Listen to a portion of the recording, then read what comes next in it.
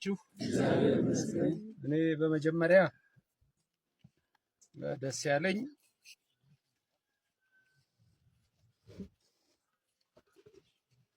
በዚህ ስፍራ ላይ ይሄንን ቤተክርስቲያን ህንጻውን በሁለተኛ ደረጃ ነው። በመጀመሪያ ደረጃ በዚህ ያለችውን ቤተክርስቲያን እናንተን በማየቴ ስለ እምነታችን ብዙ ፈተና ባለበት ብዙ መከራ ባለበት በዚህ ሰዓት እናንተ ጠንክራችሁ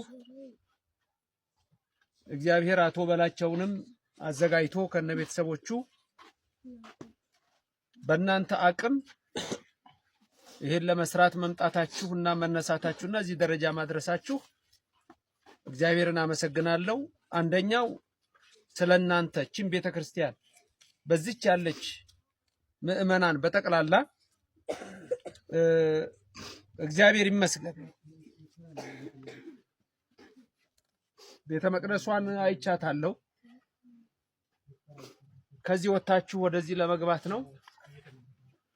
ይሄንን እንዲህ አይነት ቦታዎች ጠንካራ ቤተ ክህነት ጠንካራ ሲኖዶስ ቢኖር ብር እየመደበ ማስጨረስ በዚህ ቦታ ላይ ወንጌል እንዲሰበክ ማድረግ ይሄንን ማድረግ የቤተ ክርስቲያኑ ጉዳይ ነው። ግን ቤተ ክርስቲያን ደግሞ ከጥንት ጀምሮ ስንመለከት የተሰራችበት ዓላማ በክርስቶስ በደሙ የተመሰረተች ስትሆን እንደናንተ አይነት ምእመናን ናቸው ይሄንን የኢትዮጵያ ኦርቶዶክስ ተዋሕዶ ቤተክርስቲያንን ሆነ ጥንትም የነበረችውን ቅድስት ቤተክርስቲያን በዚህም አይነት መልክ ሰርተው ዛሬ ድረስ እምነቱ ከአባቶች ወደ ልጆች ከልጆች ወደ አባቶች የሚሄደው ነው።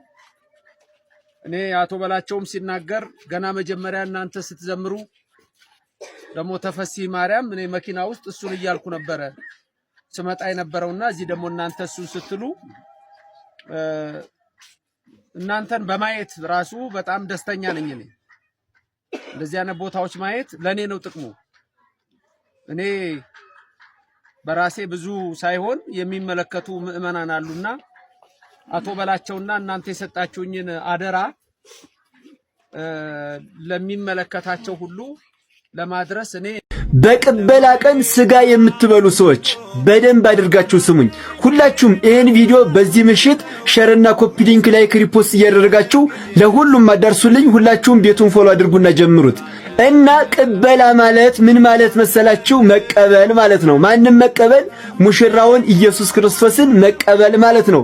በነገራችን ላይ እኛ ቅበላ ሲባል የምናውቀው የዛሬው እሁድ ብቻ ነው የሚመስለን። ማለት ነገ አብይ ጾም ሊገባ ነው፣ የዛሬው እሁድ ብቻ ነው ቅበላ የሚባለው የሚመስለን። አይደለም። ኋላስ ካለፈው እሁድ ጀምሮ እስከ ዛሬው እሁድ ያለው ቀን ዘመነ መርዓዊ ወይንም ቅበላ ይባላል ማለት ነው። ያ ማለት የአብይ ጾም ዋዜማ እሁድ አለ። ከዚያ ካለፈው እሁድ ጀምሮ እስከ አብይ ጾም ዋዜማ ያለው እሁድ ሳምንቱ ማለት ነው ዘመነ መርዓዊ ወይንም ቅበላ ይባላል። ማንም መቀበል ጻኡ ተቀበሉ መርዓዊ ሰማያዊ ሰማያዊውን ሙሽራ ኢየሱስ ክርስቶስን ውጡ ተቀበሉ እንደተባለ ኢየሱስ ክርስቶስን መቀበል ማለት ነው። ታዲያ በቅበላ ስጋ መብላት ነውር ነው? አረ በፍጹም ከተገኘማ መብላት ነው። አንዳንድ ሰዎች ቅበላ ማለት ስጋ መብላት አይደለም ይላሉ። አዎ አይደለም። ነገር ግን በቅበላ ስጋ መብላትም ነውር አይደለም። ለምን መሰላችሁ ይሄን የምላችሁ? ቅበላ ማለት ስጋ መብላት አይደለም ብለን ስናስተላልፍ ወይኔ ነውር ይሆን ስጋ መብላት ብለው የሚሸማቀቁ ምእመናን ሊኖሩ ይችላሉ። ስለዚህ ስናስተላልፍ መልእክቶቻችንን ጥንቃቄ ማድረግ ይገባናል፣ ሰውን እንዳናሸማቅቅ። አይመስላችሁም? መልካም ጾም ይሁንላችሁ። ወዳችኋለሁ። ውድ ኦርቶዶክሳውያን ሁላችሁም ጌታችን አምላካችን ኢየሱስ ክርስቶስ በሰላምና በጤና ጠብቆ እንኳን ለታላቁ ጾም በሰላም አደረሰን አደረሳችሁ። ይህ ጾም የመጀመሪያው ሳምንት ዘወረደ ይባላል። ዘወረደ ማለት የወረደ የሚል ትርጉም አለው። ይህ ትርጉም የተሰጠበት ምክንያት ጌታችን መድኃኒታችን ኢየሱስ ክርስቶስ ከሰማየ ሰማያት መውረዱን ከድንግል ማርያም መወለዱን ለማሰብ የተሰጠ ስያሜ ነው። ታዲያ በዋናነት የመጀመሪያው ሳምንት ጾም ጾመ ሕርቃል የሕርቃል ጾም ይባላል። ይህም የተባለበት ስለ ሕርቃል የተጾመ ጾም ስለሆነ ነው። እናም ውድ ኦርቶዶክሳውያን እንኳን አደረሳችሁ። ሁላችሁም እርስ በርሳችሁ እንኳን አደረሳችሁ ተባባሉ። ለዚህ መድረስ ቀላል ነገር አይደለም። ኢየሱስ ክርስቶስ 40 ቀን ከሆነ የጾመው እኛ ለምንድነው 55 ቀን የምንጾመው? ይህ የብዙዎቻችሁ ጥያቄ ነው። ይህን ጥያቄ በምታነሱበት ሰዓት ታዲያ የተለያዩ ሰዎች የተለያዩ ምክንያቶችን ይነግሯቸዋል። ለምሳሌ ከምክንያቶቹ መካከል አንደኛው ቅዳሜና እሁድ ስለማይቆጠሩ ነው የሚል ምክንያት ይሰጣቸዋል። ነገር ግን አይደለም። ትክክለኛው ምንድነው እነግራችኋለሁ። እና የጌታችን የኢየሱስ ክርስቶስ ጾሙ 40 ቀን የጾመው ጾም ማለት ነው የሚጀምረው ዘንድሮ ማለት ነው 2018 የጌታ ጾም የሚጀምረው የካቲት 15 ነው። የካቲት 15 ይሄን በደንብ አድርጋችሁ ስሙኝ። አሁን ጾሙን ከ9 ጀምረን እንጾማለን። ነገር ግን ይሄ የምንጾመው የጌታ ጾም አይደለም። የጌታ ጾም የሚጀምረው ከየካቲት 15 ነው። የጌታ ጾም ከየካቲት 9 አይጀምርም። እንዴት እነግራችኋለሁ። ታዲያ የካቲት 15 ከሆነ የጌታ ጾም የሚጀምረው ለምንድን ነው ከየካቲት 9 ጀምረን የምንጾመው ሲባል የመጀመሪያዋ ሳምንት እንግዲህ ዘወረደ የሚል ስያሜ አላት። ዘወረደ ማለት ጌታችን ኢየሱስ ክርስቶስ ከሰማየ ሰማያት የወረደበትን ከድንግል ማርያም የተወለደበትን ለማስታወስ ከዚህ አንጻር የተሰየመ ስያሜ ነው ስያሜው። እና ዘወረደ ብቻ አይደለም። ይህ ጾም ጾመ ሕርቃል ይባላል። የመጀመሪያው ሳምንት ለምሳሌ የ2018 ማለት ነው ከየካቲት 9 እስከ የካቲት 15 ቀን ያለው የመጀመሪያው ሳምንት ጾመ ሕርቃል ይባላል። ምንጊዜም አብይ ጾም ሲገባ የመጀመሪያው ሳምንት ጾመ ሕርቃል ነው እንጂ የጌታ ጾም አይደለም። በደንብ አድርጋችሁ ያዙልኝ። ሕርቃል ማን ነው? ሕርቃል ማን ነው ሲባል እንግዲህ የሮም ንጉስ ነው። ሕርቃል በ714 አካባቢ የነበረ ንጉስ ነው። ታዲያ ይህ ጾመ ሕርቃል መነሻው ምንድነው ስንል የፋርስ ሰዎች ግብጽ በነበሩበት ሰዓት ከግብጽ ተነስተው እንግዲህ ወደ ሀገራቸው ሲመለሱ ኢየሩሳሌምን ማርከው ማለት ነው ህዝቦቿን እንደዚሁም የቤተ መቅደስ ዕቃዎቿን ማርከው ወስደውባቸዋል። መስቀሉን ጨምሮ ማለት ነው። እና መስቀሉን ማርከው ወደ ሀገራቸው ከወሰዱ በኋላ ይህ የሮም ንጉስ ይሰማል። ሕርቃል የሚባለው ንጉስ ማለት ነው። በዚህ ጊዜ መስቀሉን ሊያስመልስ ያስባል። ታዲያ በዚያን ጊዜ ሐዋርያት እንደዚህ ብለው ሥርዓት ሰርተው ነበር።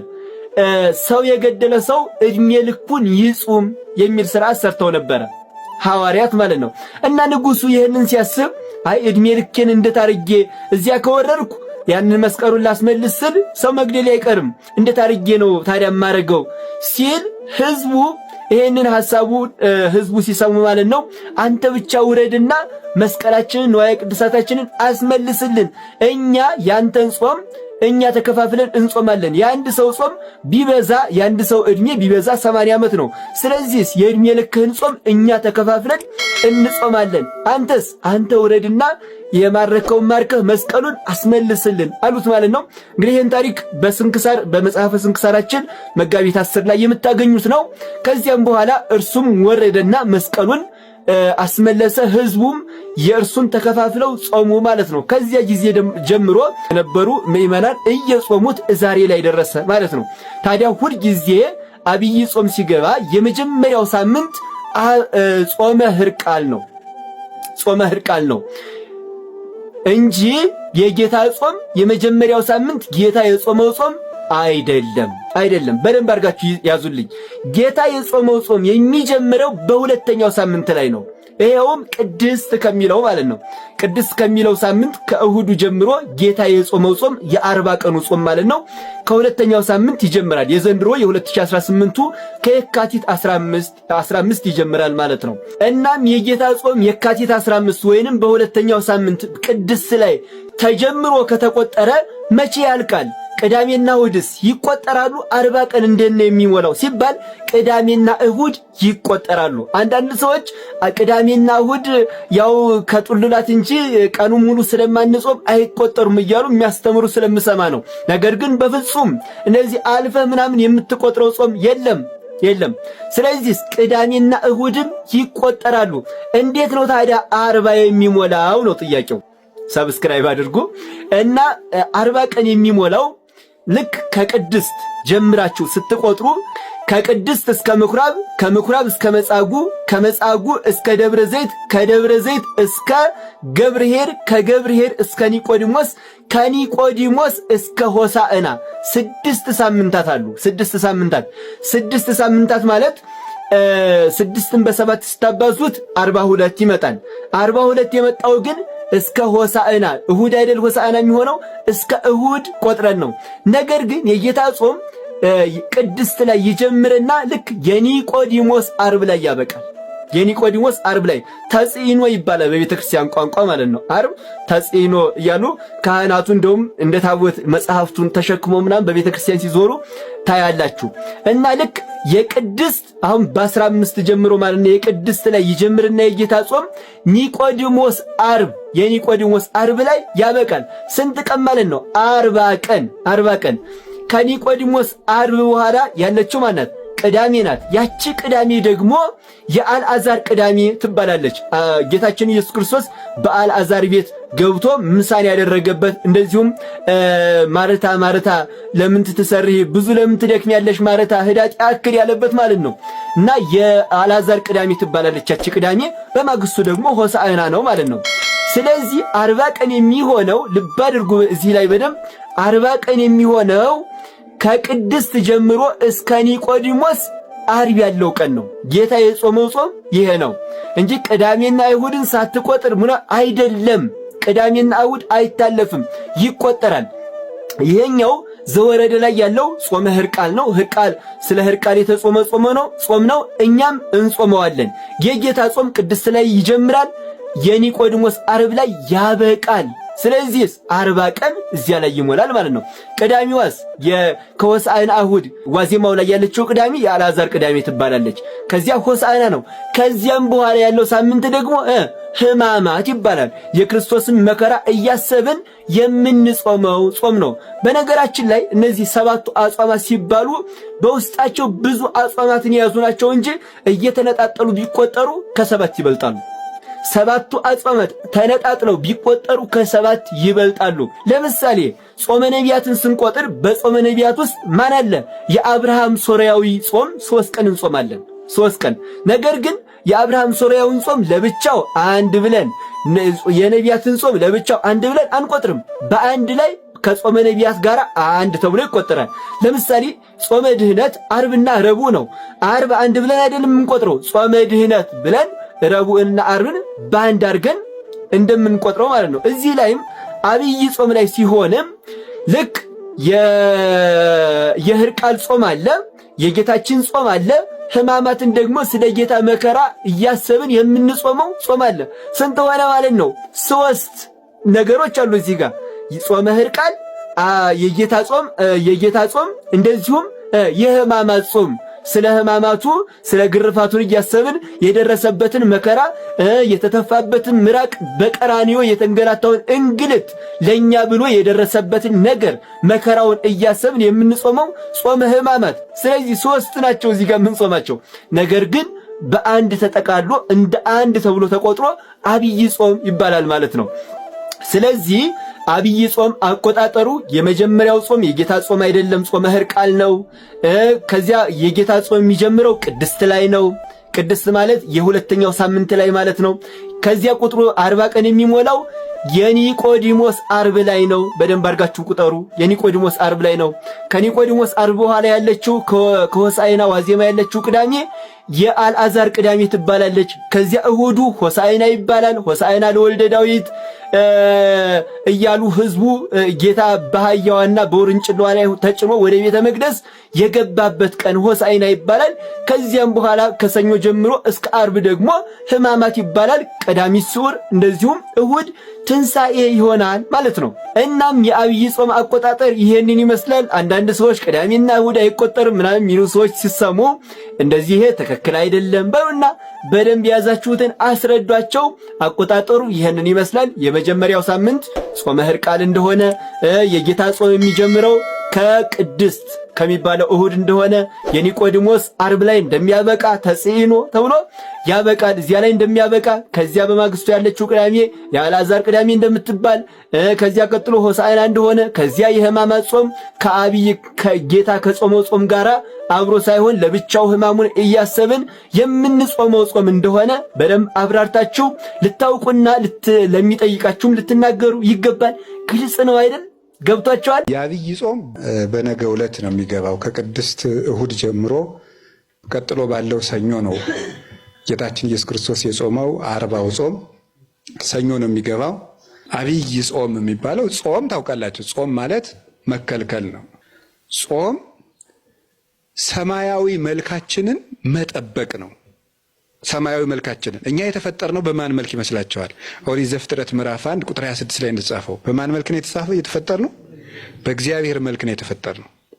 በእግዚአብሔር አርአያና መልክ ከተፈጠር እግዚአብሔር ይበላል አይበላም? ጥያቄው ራሱ መልሱ እንጂ አይበላም አይደል እንዴ? ይበላል አይበላም? አይበላም። እና ምን ጾመው ወደ የትኛው መልካችን ለመሄድ ነው? እግዚአብሔርን መስለን ስለተፈጠር ወደማይበላው መልካችን ለመሄድ ነው። መጨረሻ ላይ መንግስተ ሰማያት እንበላለን አንበላም? አንበላም። እና ወደዚያኛው ዝግጅት እያደረግን ጾም ማለት ወደ ትክክለኛ መልካችን መመለስ ማለት ነው። ወደ ተፈጥሯችን መመለስ ነው። ይሄ የሚበላው ስጋ ራሱ መጨረሻ ላይ በማይበላ ህይወት ነው የሚኖረው። ስለዚህ እግዚአብሔርን ወደምንመስልበት መልክ መሄድ ነው ጾም ማለት፣ ሰማያዊነት ነው። እና አብይ ጾም ጉዞ ነው። የ40 ቀን ጉዞ ናት። የት ነው የምንደርሰው? ሄደን 40 ቀን ጾመን ቅድስት ዘወረደ እንደዚህ ያልንና የት ነው የምንደርሰው? እሱን እንድናውቅ ነው፣ መዳረሻችን እንድናውቅ። ሰው መንገደኛ ነው ሲባል እንግዲህ ምን ማለት ነው? ምን ማለት ገባችሁ አይደል? ሰው መንገደኛ ነው ማለት ምን ማለት ነዋሪ አይደለም ነው። መንገደኛ ጓዙ ቀላል ነው፣ እንደ ልቡ አይናገር። ምክንያቱም መንገደኛ ነው። እንግዳው ናቸው። ሰው ቤት ሄዳችሁ እንደ ልባችሁ ትናገራላችሁ? አንሶት ያንቃ ይባላል። ሰው ቤት ትሄዱ አይባልም። አውርዱት ውሃ አልጠጣም ይባላል አይባልም። ይሄ ሰው ቤት ነው። በምድር ስንኖርም እንደ ልባችን መናገር አይገባም። ምክንያቱም ምንድነን? ነግዶ ፈላሲ ስደተኛ ነን፣ መንገደኞች ነን። እንደ ልብ አንናገርም። ቀለል ብለንም መኖር አለብን። መንገደኛ ነን። ጥሎ ለሚሄዱት ሀገር አመል ማስቆጠርም ተገቢ አይደለም። አረ እንግዳ እኮ አመሉን አሳምሮ አረ ነገ ወደ ቤት ሊሄድ ብሎ አመሉን አሳምሮ ነው የሚሄደው። ነገ ጥለነው ለምን ሄደው ዓለም ነው መከራ ምን በላው እርስ በርሳችን እና ስለዚህ ነገ ሀጆች ነን። መቼ እንደምንሄድ አናውቅ። እየሄድን ነው እንጂ ደግሞ ጎዳናችን መቼ እንደሚያልቅ አይታወቅም። ስለዚህ አመልን ማሳመር እንደገና ደግሞ ለእንግድነት በሄዱበት ሀገር ቤት ሲሰራ አይከረም ማለት ምን ነው የሚሰራ? ራስ ቤት ሲመለሱ አይደለም ነው። አሁን አዲስ አበባ ሄዳችሁ ለመመለስ በዚያ ቤት ሲሰሩ ተሰነብታላችሁ ወይስ የአዲስ አበባ ሰው እዚህ ቢመጣ እዚህ ቤት ሲሰራ ይከርማል? አገሩ ላይ ነው የሚሰራ። የኛ ሀገራችን የት ነው? በሰማይ ነው። ቅዱስ ዮሐንስ አፈወርቅ እንዲህ ይላል፣ 2 ሀገሮች ቢኖሩ አንዲቱ ሀገር ዘንድሮ እሳት ሊበላት ነው ብትባል፣ አንዲቱ ሀገር ደግሞ ለሁል ጊዜ ትኖራለች ብትባል የት ቤት መስራት ትፈልጋላችሁ ይላል። የት ነው የምትሰሩት? የማይቃጠለው ነው አይደል እንዴ? ስለዚህ እነዚህ ያሉት ደግሞ ምን ያደርጋል? እነዚህ ሰማያት ደግሞ ይጠፋሉ። እነዚህ የምናያቸው ምድሮች በማይጠፋው ዓለም ምን አለኝ ማለት ይገባል። ስለሆነት በዚህ ዓለም ራሳችንም ሰርተን ሆነ ሰውም ሰርቶልን መጠለያ ጎጆም አለን፣ መጠለያ ልብስም አለን። በዚያኛው ዓለም ግን ምን ይጠብቀኝ ይሆን ብሎ ማሰብ ይገባል። የሚሄድ ሰው መድረሻውን ይመሽብኝ ይሆን? አውሬ ይበላኝ ይሆን? ክረምት ከሆነ ውሃ ይሞላብኝ ይሆን? በጋ ከሆነ ይቀትርብኛል እያለ እያሰበ ነው የሚሄደው። እና እያሰብን መኖር አለብን። የሚጾም ሰው ሞቱንም ትንሣኤውንም እያሰበ ነው የሚጾሙ። ምን እያደረግን እንሄዳለን የሚለውን መንገዳችን እንድናውቅ ነው። ይህ ጾም ጌታችን መድኃኒታችን ኢየሱስ ክርስቶስ የጾመበት ሦስቱን አርዕስተ ኃጣውእ ድል ያደረገበት ነው። ሥጋዊነትን ድል የምናደርግበት፣ መንፈሳዊነትን የምንጎናጸፍበት፣ ዓለምን የምናሸንፍበት፣ ከዚያ በኋላ ሰማይን የምንወርስበት፣ ወለነሰ ዘውስተ ሰማያት ሀገርን ብለን የምናውጅበት፣ የነፍስ ቅድስና ከፍ የምንልበት ጊዜ ነው። የነፍስ ክብረ በዓሏ የሚጸናበት ጊዜ ነው። ይሄ ጾም ታላቁ ጾም ነው። ጌታችን መድኃኒታችን ኢየሱስ ክርስቶስ የጾመው ጾም ነው። ከቆመ ሳይቀመጥ ከዘረጋ ሳያጥፍ 40 ቀን ጾሟል። ጌታ እንደ ጾመ መጾም አንችልም። ነገር ግን ጌታ ወደኛ እንዲቀርብ እንጾማለን። እግዚአብሔር በተጸጸተች ነፍስ አጠገብ ጋር አለ። የሚያዝኑትን ያጽናናል፣ የሚያለቅሱትን ያረጋጋል፣ እንባን ያብሳል። መጽሐፍ እንደሚናገር የሰራዊት ጌታ እግዚአብሔርም እንባን ሁሉ ከዓይኖት ላይ ያብሳል ይላል። ስለዚህ እግዚአብሔር ሄዶ በገዳመ ቆሮንቶስ በዲያብሎስ ተፈትኗል። ይህንን ጾም የጾመው ለአርአያነትና ለምሳሌነት ይሁን እንጂ ካሳም አለበት። የእኛን ካሳ በመብላት ምክንያት ከገነት የተባረረውን ሰው ሊመልሰው ክርስቶስ ስራውን በጾም ጀመረ። ዛሬም እንደ አዳማዊ ጠባያችን በመብላት እንዳይጥለን እግዚአብሔር ሆይ ሥጋዊ ትልቅነቴ ለእኔ ያልጠቀመኝም ብለን በጾም ራሳችንን ዝቅ በማድረግ እግዚአብሔርን ለማግኘት እንናፍቃለን። ስለዚህ ነፍሳችን፣ ሰውነታችን እግዚአብሔርን ለማግኘት የምትሽቀዳደምበት ጊዜ አብይ ጾም አሁን ነው። የእግዚአብሔር ባሪያ ሙሴ እንደ እግዚአብሔር ቃል በዚያ ሞተ፣ በሞዓብ ምድር ቀበሩት ይላል። ስለዚህ ሙሴ ሞቷል። ሙሴ ተቀብሯል። መላእክት ናቸው የቀበሩት። ሞቷል ሙሴ። ከየት መጣ ሙሴ? ማቴዎስ 17 ሙሴ መጣ ነው የሚለው። ከየት መጣ? አያችሁ፣ የኦርቶዶክስ ተዋሕዶ ቤተክርስቲያን ምእመናን ዕውቀት እምላችሁ መጽሐፍ ቅዱሳዊ ዕውቀት ነው፣ ዓለማዊውን አይደለም። እሱንም እወቁት፣ ደስ ይለኛል። እወቁት፣ መርምሩት። ጳውሎስ ሐዋርያ እንዳለ የሚጠቅመውን ያዙ። እንደሱ ነው ያለው። ሙሴ ሞቶ ከመቃብር እንዴት ከየት መጣ? መቃብር የገባው ነፍሱ ነች የመጣችው። በነፍስ አይሞትም። ለዚህ ነው በኦርቶዶክስ ተዋሕዶ ቤተክርስቲያን ስለ ሞቱ ዘመዶቻችን ፍታት የምናደርገው፣ ጸሎት የምናደርገው። እነሱ ላይ ሆነው ይጸልያሉ፣ እኛ እዚህ ሆነን እንጸልያለን። የሚያበቃ ነገር የለም። ኦርቶዶክሳውያን፣ ሙሴ ሞቶ የነበረው ሙሴ መጣ፣ አወራ ከክርስቶስ ከአምላኩ ጋር። ኤልያስ መጣ። ማን ነው የኔን ጌታ ሙሴ የሚልህ ነው ያለው እኮ ሙሴ። ተነጋገሩ ይላል። ስለ ኢየሩሳሌም ስለ መውጣቱ ተነጋገሩ ይላል። በሉቃስም በማርቆስም ተጽፏል ይሄ ወንጌል። ሙሴ ምን አለ? የኔን አምላክ ማን ነው ሙሴ የሚልህ? መና ባወርድ ደመና ብጋርድ ጌታዬ እኮ ባንተ ነው። ባህር በከፍል ጠላት ብገድል የኔን አምላክ ማን ነው ሙሴ የሚልህ? ኤልያስስ ሰማይ በለጉም ዝናብ ባዘንብ እሳት ባወርድ ጌታዬ ባንተ እንጂ እኮ ነው የኔን አምላክ ማን ነው ኤልያስ የሚልህ? ጴጥሮስ፣ ዮሐንስ፣ ያዕቆብ ተደንቀዋል። ጴጥሮስ፣ ዮሐንስ ያዕቆብን ይዟቸው የወጣበት ደግሞ ምክንያት አለው። ጴጥሮስ እሰቀላለሁ ቢለው ሐሰለከ፣ ኧረ ጌታ ሆይ አይሁንብህ አለው። ዞር በል ወራን እምድኅሬ አንተ ሰይጣን። ዮሐንስና ደግሞ ያዕቆብ ሁለት ወንድማማቾች እናታቸው ማርያምን ልከው ማቴዎስ ወንጌል ምዕራፍ 20 ቁጥር 20 ላይ ኢየሩሳሌም እነግሳለሁ ሲል እሱ ሰቀላል ያለው። ወይ የኔ ልጆች በቀኝና በግራ እንደው አብረው አለች። የምትለምኑትንም አታውቁ።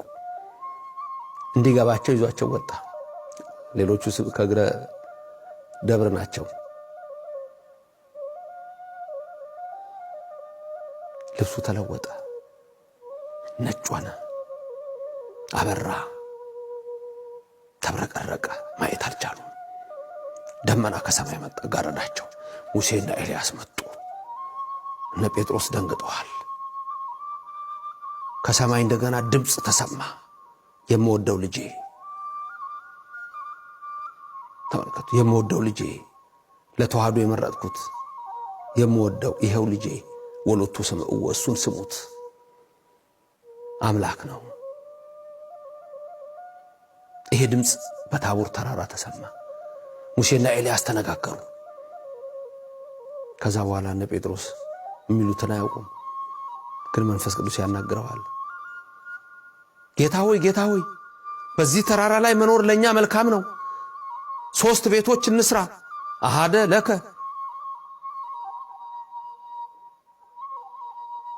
አንዱ ላንተ ይሁን አሐደ ለከ ወአሐደ ለሙሴ ወአሐደ ለኤልያስ አንዱ ለሙሴ ሌላው ለኤልያስ ይሁን እዚህ መኖር ለኛ መልካም ነው አለ በቃ ይሄን እየሰማን ይሄን እየተናገረ ነገሩ በዚህ መኖር የተባለች ኦርቶዶክስ ተዋሕዶ ቤተክርስቲያን ናት የኦርቶዶክስ ቤተክርስቲያን የኢየሱስ አምላክነት የሚነገርባት ዓለም ላይ መጽሐፍ ቅዱስን በትክክሉ የምትተገብር ቤተክርስቲያን የኢትዮጵያ ቤተክርስቲያን ነች ብዙ መልስ ያላገኙ ብዙ እንዴቶች አሉ በዚህ ምድር አንዱ የእመቤታችን ነገር ነው እንዴት ለምን ብለን ግብረ መልስ ያልተሰጣቸው ብዙ ለምኖች ብዙ እንዴቶች አሉ በነገረ ማርያም በኩል የሆኑ ናቸው ብዙ ለምኖች ብዙ እንዴቶች ግብረ መልስ አላቸው እመቤታችንን የሚመለከቱ እንዴት ያልናቸው ነገሮች ግን መልስ የላቸው መልሳቸው እጹብ ድንቅ ብቻ ነው መልሳቸው ይሁና እርሱ ከፈቀደ ብቻ ነው ይሁና ስለሚችል አደረገው ብቻ ነው እንኳን ስለ እርሷም ቢሆን እፎኑ ይከውነኒ ዝንቱ እንዘ ኢያእምር ብእሴ ስትለው እንዴት ሊሆን ይችላል ስትለው ቅዱስ ገብርኤልን እግዚአብሔር እንደሚችል ሲነግራት ይሁና ብላ እግዚአብሔርማ ካለ ይሁና ብላ የማይቻለው እንደሚቻል አምና ተቀብለዋለች